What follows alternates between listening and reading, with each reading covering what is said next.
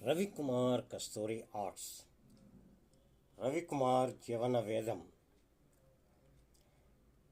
భగవంతుడు చేసే మాయలు ఇన్ని అన్నీ కాదు. మనం తలుచుకున్న దానికి వ్యతిరేకంగా చేస్తాడు. మనకి ఏమీ బోధపడదు.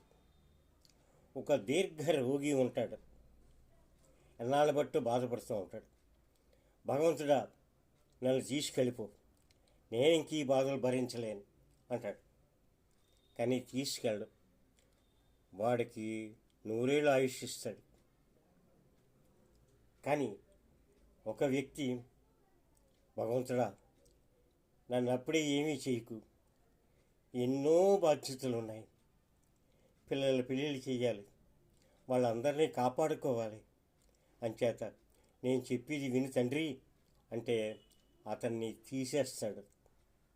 అంటే మనం కోరుకున్న దానికి కూడా ఆపోజిట్గా మాట్లాడుతూ ఉంటాడు భగవంతుడు.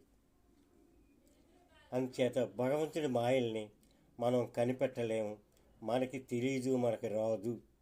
ఇదే రవికుమార్ జీవన వేదం.